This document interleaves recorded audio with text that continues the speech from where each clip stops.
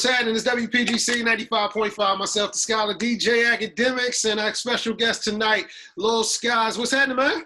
Yo, what's up, bro? I can't complain, can't complain. Well, welcome. I mean, 3 times platinum, got a gold mixtape, man. I mean, life is good right now. And you just got a foot action deal. I mean, how's it feel to be you right now? Shit, I guess it's cool, bro. It's cool. Yes. Yeah. So let's talk about the plaques right now. I mean, how's it feel just to really be, a platinum artist? Because, a lot of people, when they say they're a rapper, they're an artist, but when, the certifications come in, it's kind of like it just basically, I've arrived. How was that feeling? It's dope, bro. It's just like, I don't know. I'm to be honest, every time I get a plaque or something like that, bro, every time I like a win or some success, I have a hard time celebrating shit, bro. I'm always like, what's next? So I really don't focus on it as much. You know what I mean? I be trying to make another one or trying to make another hit record. I be stressing myself out about that shit. So I love it. It's dope. I'm not saying it's a bad thing. I love it's dope. But like once I do something like that, it's like I gotta do something else that's better than that or get another plaque or something. And if I don't, I'm gonna be like tripping, stressed out. No, I get it. You're so in the moment that you're chasing that. Yeah, like I don't be like, it's hard for me to celebrate shit, bro. I don't really celebrate shit too much. Really? Yeah. Oh man. Well, yeah. Well, I will say I'll celebrate it for you, man. Celebrate you for it. Give you your roses, man. So congratulations on the gold mixtape and the 3 platinum plaques for you. I mean, it was Red Roses, Nowadays, and Lust all went platinum. Yeah. Absolutely. Oh, that whole mixtape went platinum, I think. Oh, the mixtape went platinum too. Yeah. Oh, no, that's what's up there. But I do want to ask you about, since the pandemic and, the state of the world today. I mean, you performed in a virtual Rolling Loud back in September. How was that? It was cool. It's not the same as having the fans there, for sure. I like having the fans. Yes. But, we got to do what we got to do because you got to be safe. And I got a son, you know what I mean? So I got to make sure I'm safe too and I don't get him sick or anything. Absolutely. So how have you been dealing with that? Being a new dad, dealing with the pandemic and, everything that goes along with it artistically and mentally. I just been dealing with it. I don't know how any normal person would be dealing with it or something. I don't even consider normal a word, but I just been dealing with it, bro, the best way I can, like going through the motions, just going through life, still trying to figure this shit out. You know what I mean? I don't have all the answers. Shit's crazy right now in the world too. So shit, I'm just maintaining, bro, trying to stay focused. Well, I mean, I ask you this, just from artistic standpoint, a creative standpoint, has it affected you like positive, negatively? How has that affected like your creativeness? It'd probably be a positive and a negative effect. I don't know. I feel like it'd probably be both. It's had a negative effect too, because it's like I ain't really got to do much, like, and I got paranoid anxiety. So now that this COVID shit's going on, I really don't like being around too many people. So now that this is, I damn sure don't really like being around too many people. So I really been in the house like the whole fucking 2020 for real, and not really came out. So, I mean, I've been just trying to, just keep the motivational, keep the little spark there, but it's hard. It's easy. It's hard some days. It's easy some days. You know what I mean? It's just, I don't know. So you mean, is it hard to like, tap into your zone because, you've been in the house, or is it easy, to, kind of lock in because you're there now? It was, I guess, I don't know. I made like hella songs while I was in the house. I mean, like in 2020, I made hella songs. Like I pretty much recorded my whole album. So, I mean, I recorded a hella song. Yeah, now I guess I'm just waiting to see the reaction and then I'll probably feed off that and make some more music. You know what I'm saying? Absolutely. So we do got the album Unbothered coming out this Friday, available on all platforms. And you teased a couple of records that you can actually go on there and listen to. The one that my 2 favorite out of the 4 that I think you can listen to 4 of them right now. But out of the 4, my favorites was the one with Dirk, and then Riot was a bop too. Riot had that Cali bop to it, that Cali bounce to it. Did you who produced that, by the way? Who produced Riot? Shit, was it Cashmere AP or Base One? I don't know. It's one of those 2. Were you in Cali recording that, or were you at home? Nah, yeah, I was back home. I was at my brother's house. That's like where I recorded my whole album, at my brother's house, or his old house he used to have. Okay, so how long did it take you, or I'll ask you this, how many records did you actually make to put together on this album? Like total, how many records total did you make? This what I do, bro. To be honest, I just record hella songs and then I choose from it, and that's how I got an album or a mixtape. Like, you know what I'm saying? So I just go off my vibe. Like, I record hella songs and I just pick from them, and that's what I choose to be the next Jeez, so song. how many records do you have in the can right now, man? I don't know. That's a list. There's some in there though. It's a lot. It's probably a good length. I don't know. It's a lot. I'm not one of the artists. I'm not about to get up here and be like, I got 3,000 songs. That's cap. I only got 3,000 unreleased songs. Like, no, I record. I don't record that much though. Fuck. I got normal life and shit still going on. Yeah, you definitely dealing with a new child is definitely a shock to the system, but I'm sure you've been adapting to it greatly. But Yeah. let's talk about the album. You got Dirk, you got Wiz Khalifa on there. Were there anybody that you wanted to or did collaborate with, but the songs they just didn't make the album?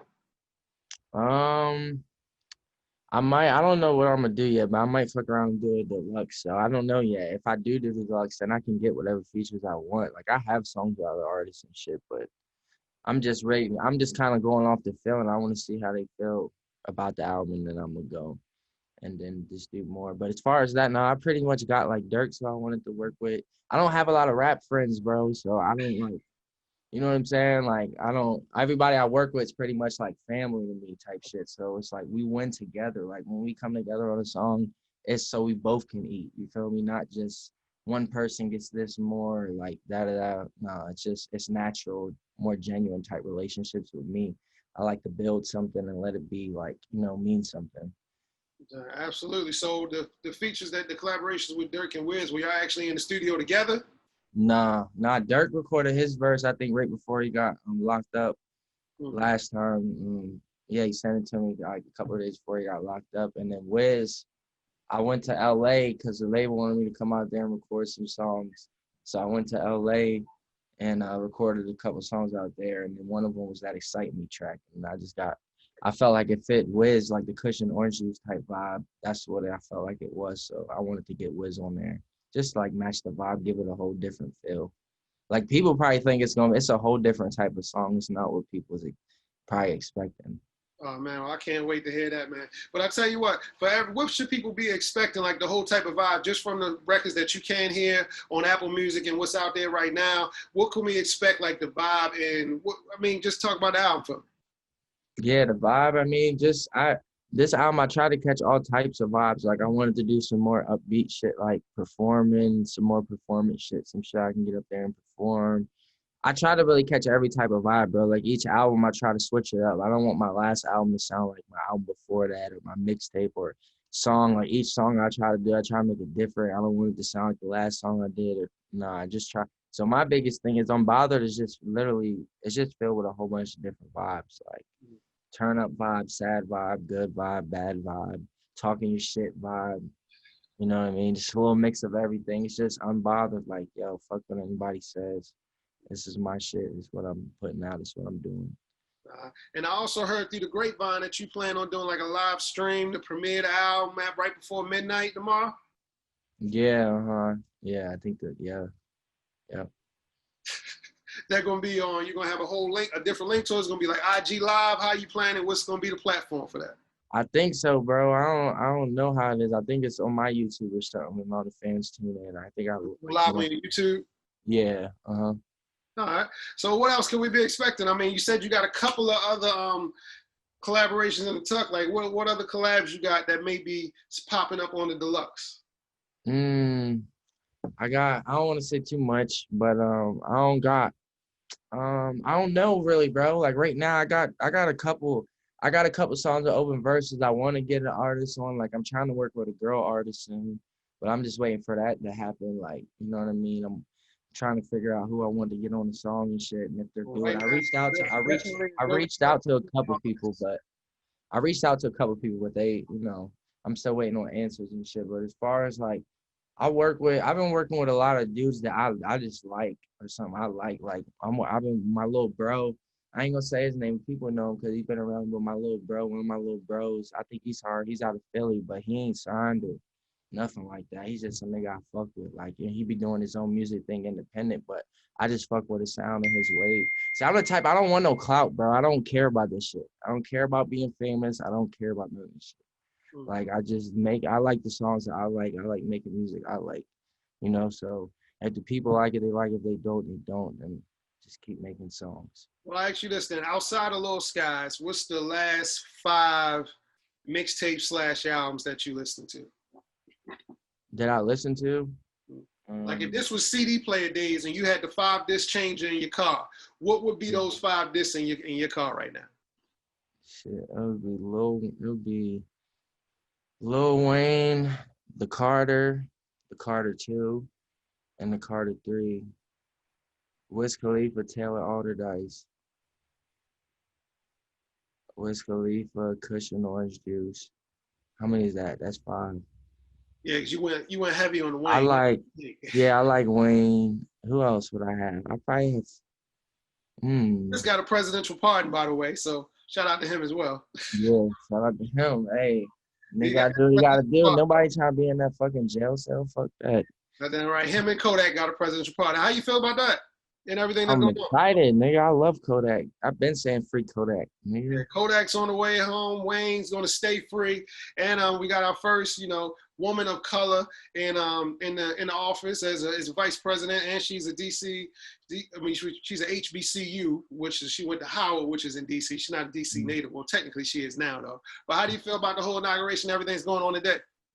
Shit, I'm gonna be honest. Like I've been paying attention, but I ain't been paying attention that much, bro. But shit. How I feel about, I don't even know. I'm gonna be honest, bro. I ain't even been focused on that shit. I'm just been stressing out about this album shit and all that, focusing on that. So I ain't even been focused on all that shit like that. I just know the shit's crazy, bro. For me, I feel like the world's crazy. The world is like at the same time, it's a good place, but it's not. Fuck no, actually. Nowadays, the world's an evil place to me. Like how this shit looks and how everything's going, bro. We just had all them people just break into the safe. It's supposed to be the safest place. And places where we supposed to be protected and and these people just run up in here and fuck this shit up. So you telling me like, you know what I'm saying? Like, nah, bro, I can't. That shit's just weird to me. All that shit is just like, damn, it's literally everybody for themselves these days. There really ain't no unity as much as they say there is. There ain't no fucking unity in this shit. Well, the one silver line I would say in that is that, it has to get worse before it gets better. So yep. at some point, I can't remember who. It seems like it's just getting worse, bro. That's what I'm saying. Like when you're in it, like even me as being a rapper, I'm talking about the rap shit. Like, bro, we're losing. Niggas it's getting more normal for niggas to get shot and die or get killed as a rapper, bro. Like, how you think that makes me feel as a rapper?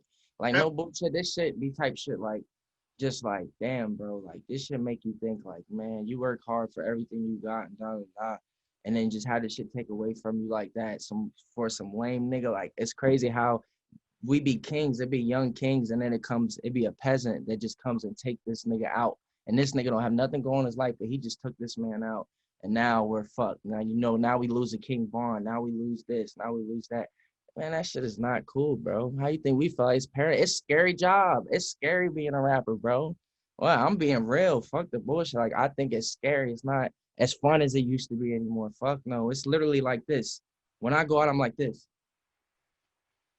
Looking, bro. I can't even enjoy myself. I gotta protect myself. It's funny you say that because I talked to Lucci right before his situation like a month ago. I think it was like, no, it was late, right before Christmas. So I talked to him and I was asking him how did the whole Vaughn situation and the Pop Smoke situation affect how he moved. And I've talked to Lucci like years ago. So he's always been like a super paranoid, like super kind of, on protecting himself too. So he was like, man, I went and bought the bulletproof Maybach truck. It's only $150. People got to invest in it. That's how I'm moving. This is before his situation popped up that he's in right now, which I hope he makes it out of.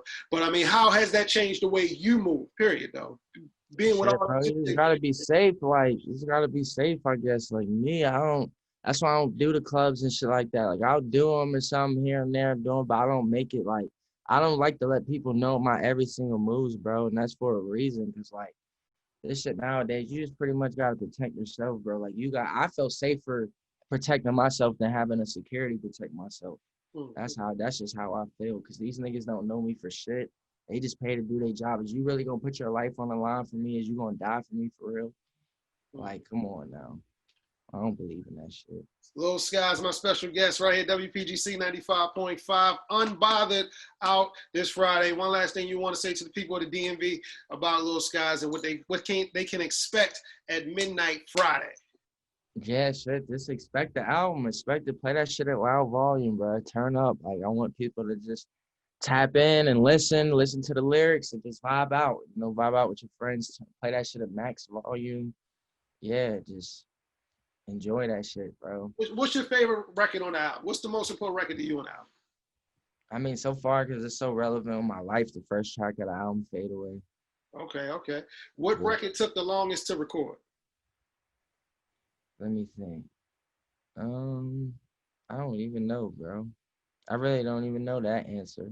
Because Oh, each one be a different vibe. I'm not one of them people like, oh, I go do a song in 10 minutes. It can be like that, but it's different. You know what I mean? For each track. Like that Dead Broke track I'm about to drop, when the album drops, that shit, I did that shit with dead ass in like 20 minutes, like on some real quick shit, but it was dope. So I well, end I up ask you using this: what record wasn't wasn't going to be on the album, make the album originally, but you had to fight and call a couple favors and like, nah, I need this one on.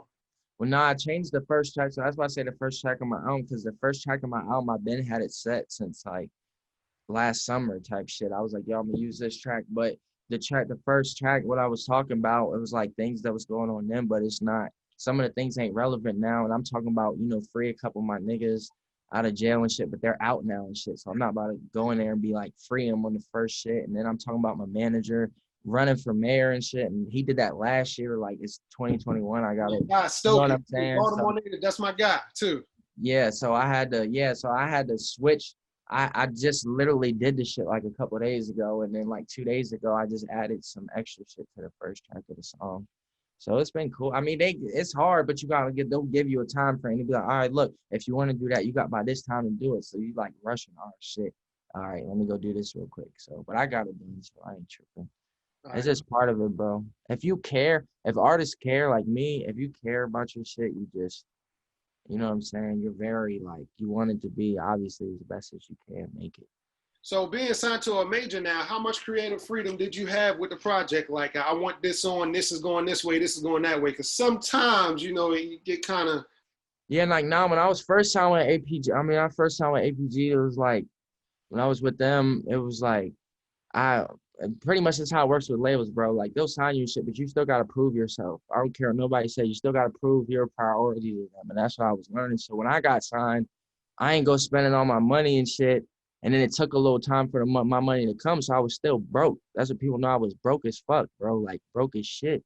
So when I was making when I was during the time I got signed and shit, I'm like, all right, bet they gave me studio time. I'm like, bet I'm gonna use this studio time. And that's when I would drop Life of Dark Rose. And then Life of Dark Rose would drop no promo, just me off the strength of me. And then the shit just blew up. So then it became like, oh shit. At first, it was like they was kind of playing me like, yo, all right, we don't know if it's gonna blow up. Now it's like, oh shit, this kid done showed himself. Now they don't have no choice. You gotta go with what I go with type shit because they know like what it work. And my manager Stoke, like he told me like, yo, I don't understand. Like for a while we was like fighting, bro. I was pretty much like fighting with him. Like, yo, I want to drop this. Is what I want to do. Leave my shit alone, my nigga. Like, don't mess with my shit. I obviously know it's working right now. And that's what my manager's trying to tell them. Like, yo, if Scott's got the game plan, he knows it's working. Why would you fuck it up? Look at what he's doing. Look at Red Rose. Look at nowadays. Like, look, his second single's doing better than his first one. What y'all talking about? So now it's just like, all right, now I'm with Atlantic, the bigger label and shit. It's like, shit, they just give me, I guess, yeah, more leeway. Like, I don't have nobody, like, they might say their little shit or something like that. You know what I'm saying? Of course, labels do, but I feel like they still know Scott's going to want to do what he want to do type shit and make it easy for everybody. Easier to deal with. Yeah. I hear you, man. But once again, Lil Sky's my special guest. I appreciate you, bro. And more success. Unbothered Out Friday, man. Let everybody know how they can hit you up, IG and all that, man. Yeah, man. All my social medias is Lil Skies. Unbothered is out Friday. Get that shit. Dead Broke, the movie, the first single, another single off the album that's dropping Friday when the album drops. So tune into that. I hope everybody loves it, man. Shout out to all my fans. I thank y'all for the support. It means a lot. Don't ever give up on me. For sure. Absolutely.